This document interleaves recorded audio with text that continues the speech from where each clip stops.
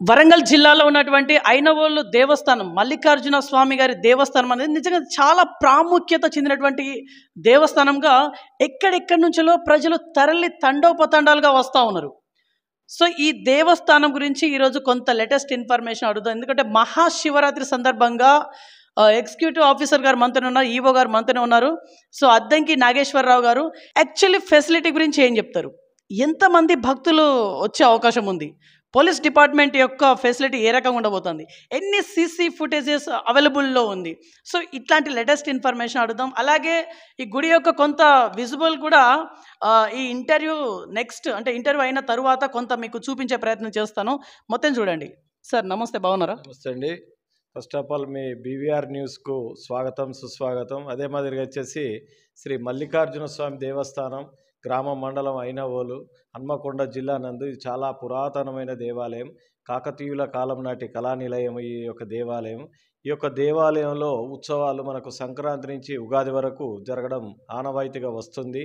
అంతేకాకుండా ఈ 3 మాసాలే కాకుండా మధ్యన మనం ఇప్పుడు మహాశివరాత్రి ఉత్సవాలు కూడా 5 రోజులు కూడా జరగడం జరుగుతుంది. ఉదయం సాయంత్రం మనకు స్వామివారి ఉత్సవాలతోటి ఊరేగింపుగా మాడవీధులలో తిరగడం జరుగుతుంది.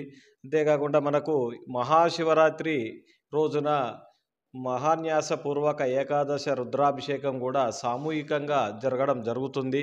కాబట్టి భక్తులు విరివిగా వచ్చి కూడా స్వామివారి దర్శించుకోవాలని కూడా కోరుచున్నాను. ఓకే, మహాశివరాత్రి సందర్భంగా సార్ ఎంతమంది భక్తుల తాకిడి ఉండే అవకాశం ఉంది ఈరోజు? అంటే సుమారుగా మాకు 2-3 లక్షలు వస్తారని. 2-3 లక్షల? అంతమంది జనాలు రావడం జరుగుతుంది. ఎందుకంటే మల్లికార్జున స్వామికి పట్నాలు బోనాలు చెల్లించుకుంటూ ఈ యొక్క జాగరణలో ఉన్న సభ్యులందరూ కూడా భక్తజనాన్ని కూడా స్వామివారిని దర్శించుకోవడానికి రావడం జరుగుతుంది. అంతేకాకుండా మహాపెద్దపట్నం కార్యక్రమం ఉంటుంది మధ్యాహ్నం 1 గంటకు. సాయంకాలం కూడా మనకు 9 గంటలకు స్వామివారి కళ్యాణం అంగరంగ వైభవంగా జరగడం జరుగుతుంది. కాబట్టి భక్తులు తిలకించడానికి విరివిగా రావడం జరుగుతుంది. చుట్టూ ఉన్న గ్రామాల నుంచే కాకుండా నలుమూల రాష్ట్రాల నుండి కూడా రావడం జరుగుతుంది ఇక్కడికి. ఓకే, ఇక్కడ ఫెసిలిటీస్ పరంగా చూసుకుంటే సార్ ఇక్కడ ఇంత 2-3 లక్షలు అంటున్నారు. సో ఇక్కడ దొంగల బెడత ఏమైనా ఉంటుందా? అంటే ఇంత క్రౌడు, సో దొంగలు ఆ రకంగా చోరీ పడే అవకాశం కూడా లేకపోలేదు. ఎస్, మీరు ఎందుకు ఛాన్స్ తీసుకోలేకపోతారు? అంటే ఇక్కడ పోలీస్ డిపార్ట్మెంట్ వ్యవస్థ అనేది చాలా పకడ్బందీగా ఉందా? ఈ యొక్క దేవాలయంలో పర్మనెంట్గా 72 సీసీ కెమెరాలు అమర్చడం జరిగింది ఈ దేవాలయ ప్రాంగణం చుట్టూ కూడా. అంతేకాకుండా పక్కనే పోలీస్ స్టేషన్ కూడా ఉంది. అందులో కూడా 48 సీసీ కెమెరాలు పోలీస్ స్టేషన్ పరిధిలో కూడా వాళ్ళు అమర్చడం జరిగింది. కాబట్టి మనకు ఎలాంటి అవాంఛనీయ సంఘటనలు జరగకుండా కూడా నిరంతరంగా పోలీస్ సిబ్బంది సహాయ సహకారాలు తీసుకోవడం జరుగుతుంది. అంతేకాకుండా మన కరెంటు కూడా నిరంతరంగా ఉండే విధంగా కూడా ఎలక్ట్రిసిటీ డిపార్ట్మెంట్ వారి సహాయ సహకారాలతోటి మనకు ఈ మధ్యకాలంలో చిన్న చిన్న వైరస్లు రావడం జరుగుతుంది. దాన్ని దృష్టిలో పెట్టుకొని కూడా మేము హెల్త్ వారి సహాయ సహకారాలు కూడా తీసుకోవడం జరుగుతుంది. భక్తులకు ఎలాంటి ఇబ్బందులు లేవు. ఎందుకంటే చుట్టూ కూడా ప్రాంగణం మనకు చుట్టూ కాంపౌండ్ వాళ్ళు కూడా నిర్మాణం చేసుకోవడం జరిగింది. కాబట్టి భక్తులు మంచిగా దర్శనం చేసుకొని వెళ్ళడం జరుగుతుంది. ఓకే సార్, ఇక్కడ 2-3 లక్షల పైచిలకు భక్తులు వస్తున్నారంటే హుండీ ఆదాయం కూడా భారీగా వచ్చే అవకాశం ఉంది. సో హుండీ ఆదాయం గురించి మీ స్పందన? మనకు ఉండి ద్వారా కానీ భక్తులు వేసే కానుకలు అదే మాదిరిగా వచ్చేసి అర్జిత సేవల ద్వారా కూడా స్వామివారికి విరివిగా ఆదాయం రావడం జరుగుతుంది. అది కూడా మేము ఉండి ఇప్పిన తర్వాత ఉండిలో భక్తుల ద్వారా ఎంత కానుకలు వచ్చినాయో కూడా మీ అందరికీ కూడా మేము మీడియా ప్రధానంగా తెలియజేయడం జరుగుతుంది. ఓకే, ఇప్పుడు భక్తులకు మీరు ఇచ్చే ఏమైనా సూచనలు ఇవ్వాలనుకుంటున్నారా? భక్తులకు ముఖ్యంగా తెలియజేయనిది ఏమనగా భక్తులతోటే దేవాలయాలు కూడా అభివృద్ధి చెందుతున్నాయి.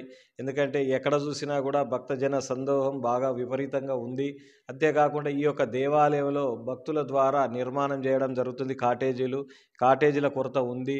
ఆ కాటేజీల కొరతను దృష్టిలో పెట్టుకొని భక్తులకు అన్ని విధాల సహాయ సహకారాలు అందించే విధంగా నిర్మాణాలు చేపట్టాలనే ఒక సంకల్పంతో మల్లన్న సదన్ అని ఒకటి నామకరణం చేయడం జరిగింది. అందుకు భక్తులు మాకు సహాయ సహకారాలు అందించి దేవాలయ అభివృద్ధికి తోడ్పడుతున్నారు. ఇంకా విరివిగా తోడ్పడవలసిందిగా కోరుచున్నాను. అదే మాదిరిగా వచ్చేసి నిత్య అన్నదాన కార్యక్రమం ఏర్పాటు చేయడం జరుగుతుంది. నిత్యాన్నదాన సత్రం కూడా మనకు ఒక దాత ద్వారా నిర్మాణం చేయడం జరిగింది. మనకు ఇక్కడ పక్కన చూస్తే ఎల్లమ్మ తల్లి దేవాలయం చిన్నగా అయిపోయింది, భక్తజనం ఎక్కువైపోతున్నారు. దాన్ని దృష్టిలో పెట్టుకొని హైదరాబాద్ వాస్తవ్యులు మనకు సర్వేశ్వర యాదవ్ గారి కుటుంబ సభ్యులు వారి ద్వారా ఎల్లమ్మ దేవాలయం కూడా నిర్మాణం చేయడం జరిగింది. మనకు ఈ యొక్క ఎలక్షన్ కోడ్ ఉంది కాబట్టి దేవాలయాన్ని మనం అది ప్రారంభించుకోలేకపోతున్నాం. తర్వాత మంచి రోజులు చూసేసి మనకు ఈ యొక్క ఉగాది తర్వాత దాన్ని మనం ప్రారంభించుకోవడం జరుగుతుందని కూడా తెలియజేస్తున్నాను. ఓకే సార్, ఇప్పుడు ఫెసిలిటీస్ అవన్నీ ఓకే అంటున్నారు మీరు. కాకపోతే లైట్ సిస్టమ్ ఇప్పుడు నైట్ పూట లైట్ సిస్టమ్ అనేది చాలా క్లియర్గా బ్రైట్నెస్ ఎక్కువగా ఉండాలి. మరి లైట్ సిస్టమ్ గురించి ఏం చెప్తారు? అంత ఓకేనా?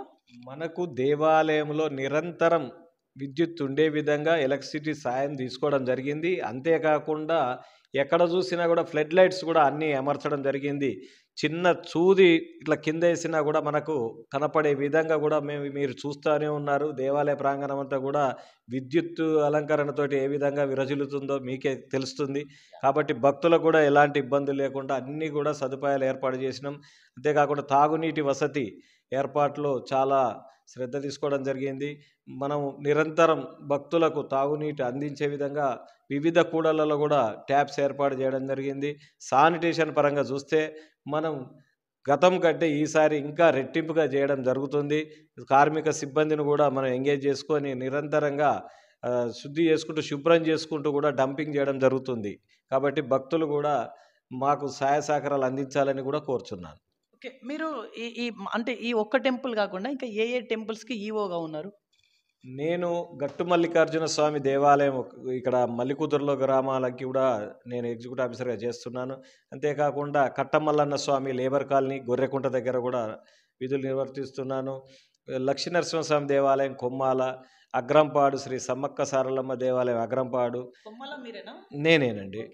మనకు అబ్బనికుంట మైసమ్మ తల్లి, తర్వాత వచ్చేసి రాజరాజేశ్వర స్వామి దేవాలయం ఇల్లంద వర్ధనపేట మండలం. అదే మాదిరిగా మల్లికార్జున స్వామి దేవస్థానం ఇక్కడ మనకు వరంగల్ టౌన్లో వచ్చేసి హనుమాన్ టెంపుల్ మనకు ఎక్కడ అంటే జేపీఎన్ రోడ్లో ఉంటుంది. నేరెళ్ళ కనకమ్మ సత్రం అనే అక్కడే స్టేషన్ రోడ్లో ఉంటుంది. వీటికి అన్నిటికి కూడా ఒక 10 దేవాలయాలకు నేను కార్యనిర్వహణాధికారిగా బాధ్యతలు నిర్వర్తిస్తున్నాను. రైట్, ఫైనల్ ఏం చెప్పి ముగించాలనుకుంటారు? ఫైనల్ వన్ ఇంకా ఫైనల్గా అంటే మీ పాత్రికేయ మిత్రుల ద్వారానే మీడియా ద్వారానే ఏదైనా అభివృద్ధి కాగలదు. దాన్ని దృష్టిలో పెట్టుకొని మీ అందరి ద్వారా నేను ఒకటే విన్నవించుకునేది ఏంటంటే దేవాలయానికి భక్తుల ద్వారానే నిధులు సమకూరుతాయి. అంతేకాకుండా దేవాలయాలు కూడా అభివృద్ధి చెందుతాయి. మీ ద్వారా ఇంకా దేవాలయం అభివృద్ధి చెందాలంటే భక్తులు విరివిగా రావడానికి మీ యొక్క ఛానల్స్ ద్వారా ప్రచారం చేయాలని కూడా విజ్ఞప్తి చేస్తున్నాను. Sir, one more question sir, ఇది ఎంత నిధులతో డెవలప్మెంట్ అవుతా ఉంది? ప్రజెంట్ డెవలప్మెంట్ గురించి ఇక్కడ ఈ టెంపుల్ డెవలప్మెంట్ గురించి ఏం చెప్తారు? ఎంత నిధులతో జరుగుతూ ఉంది? భవిష్యత్తులో ఎంత నిధులు అవసరం పడే అవకాశం ఉంది? ఇప్పుడు మనకు సుమారు 45 కాటేజీలు నిర్మాణ దశలో ఉన్నాయి. మా సంకల్పం ఏంటంటే 100 కాటేజీలు ఉన్నట్లేదంటే భక్త జనానికి ఎలాంటి ఇబ్బందులు లేకుండా అన్ని సదుపాయాలు కూడా ఏర్పాటు చేసే విధంగా మేము చర్యలు తీసుకోవడం జరుగుతుంది. అంతేకాకుండా ఈ యొక్క ఆఫీసు కూడా 1,25,00,000తోటి దేవాలయ ఫండ్స్ తోటి నిర్మాణం చేయడం జరిగింది. అదే కమిషనర్ గారి ఆదేశానుసారంగా ఇంజనీరింగ్ వారి ఆదేశాల ప్రకారంగా వారి యొక్క ప్లాన్స్ ఎస్టిమేషన్స్ ప్రకారంగా ఇది ఒక ఆఫీస్ కూడా నిర్మాణం చేసుకోవడం జరిగింది. మిగతాయి కూడా చుట్టూ కాంపౌండ్ వాళ్ళు కూడా వారి ద్వారా నిర్మాణం చేయడం జరిగింది. మనకు హైమస్ లైట్స్ 10 అమర్చడం జరిగింది. అది కూడా నిధులతోటి కూడా డార్మిట్ హాల్ కూడా నిర్మాణం చేయడం జరుగుతుంది. సులభ్ కాంప్లెక్స్లు కూడా దేవాలయం నిధులతోటి నిధులతోటి కూడా నిర్మాణం చేయడం జరిగింది. మిగతావన్నీ కూడా కాటేజీలు కానీ అన్నదాన సత్రం కానీ ఈ మధ్య కాలంలో కొత్తగా నూతనంగా స్వామివారికి రథం కూడా 11 లక్షలు పెట్టి ఒక దాత మల్లేశం గారు కూడా చేయించి ఆయనే స్వయంగా చేయించి కూడా స్వామివారికి బహుకరించడం జరిగింది. కాబట్టి భక్తులతోటే విరివిగా విరాళాలతోటి డెవలప్మెంట్ చేయడం జరుగుతుంది. రైట్, ఇప్పుడు మీరు విజువల్గా చూసుకుంటే గుడి ప్రాంగణంలో ఉన్నటువంటి కొంతమంది భక్తుల్ని మేము కొంత విజువల్ చేశాము, తీయడం జరిగింది. అది మీరు చూడొచ్చు.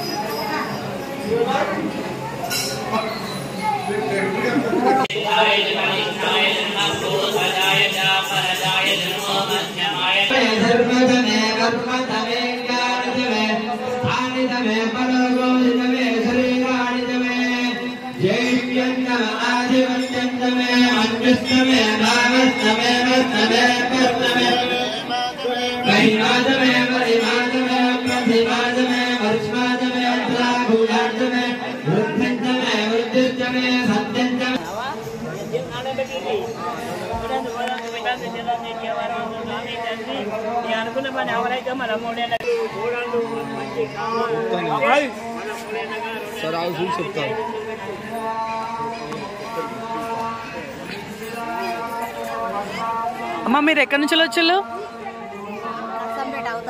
నర్సంపేట అవతలనా? ఏ ఊరు? అవునా, చిన్న ఎల్లాపురం.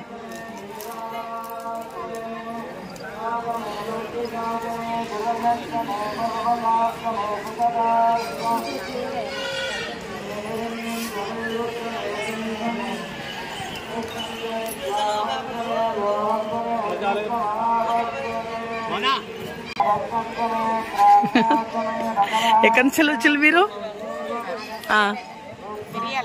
మిరియాల. ఆహా, తినండి తినండి.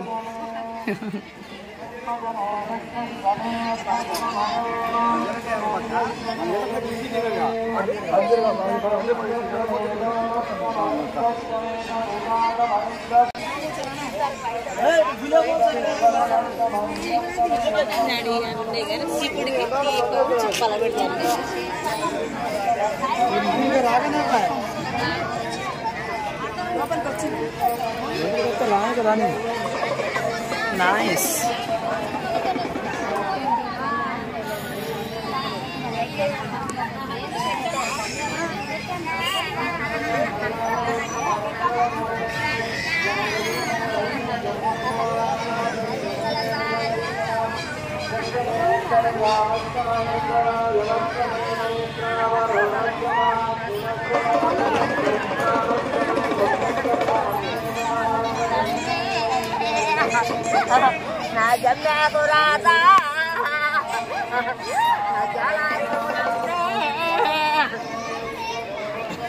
నాయనోడు బిడ్డే నాగలేని గంట ఓనోడు బిడ్డే ఒడలేని గంట మనోడు బిడ్డే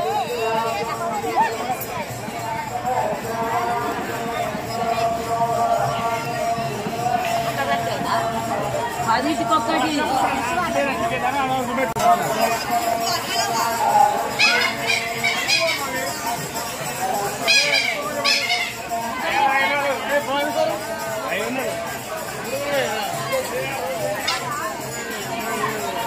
ఎంతమ్మా ఇది? 20 రూపాయలా? బాగా అమ్ముడు పోతానాయా? పోతలేవా? రేపు పోతాయి కావచ్చు.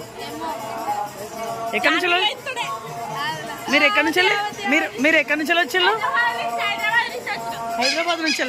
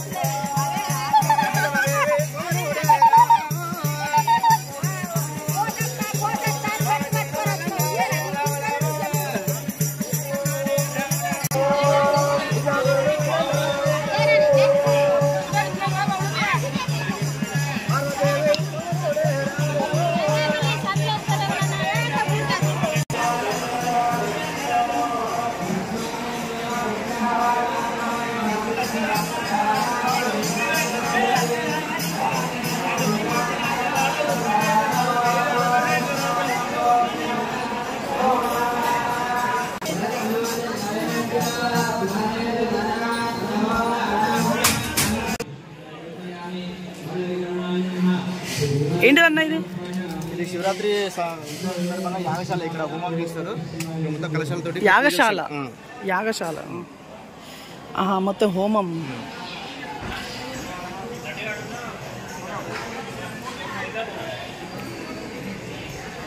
తీసుకుని చెప్తారు.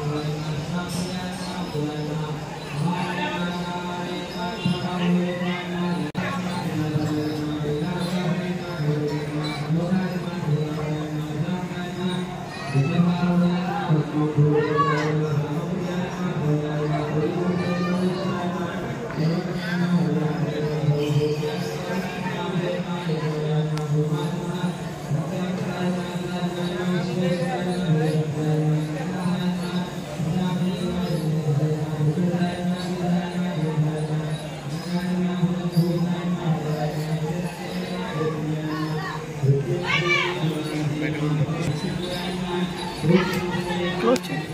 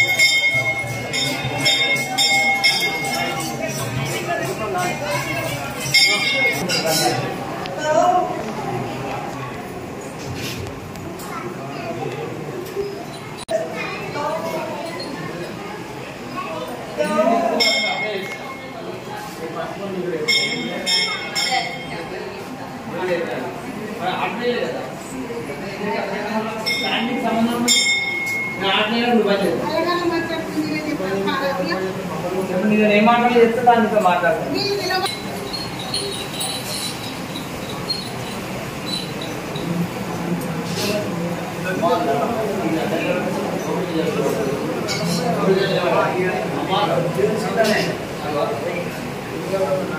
అందుకే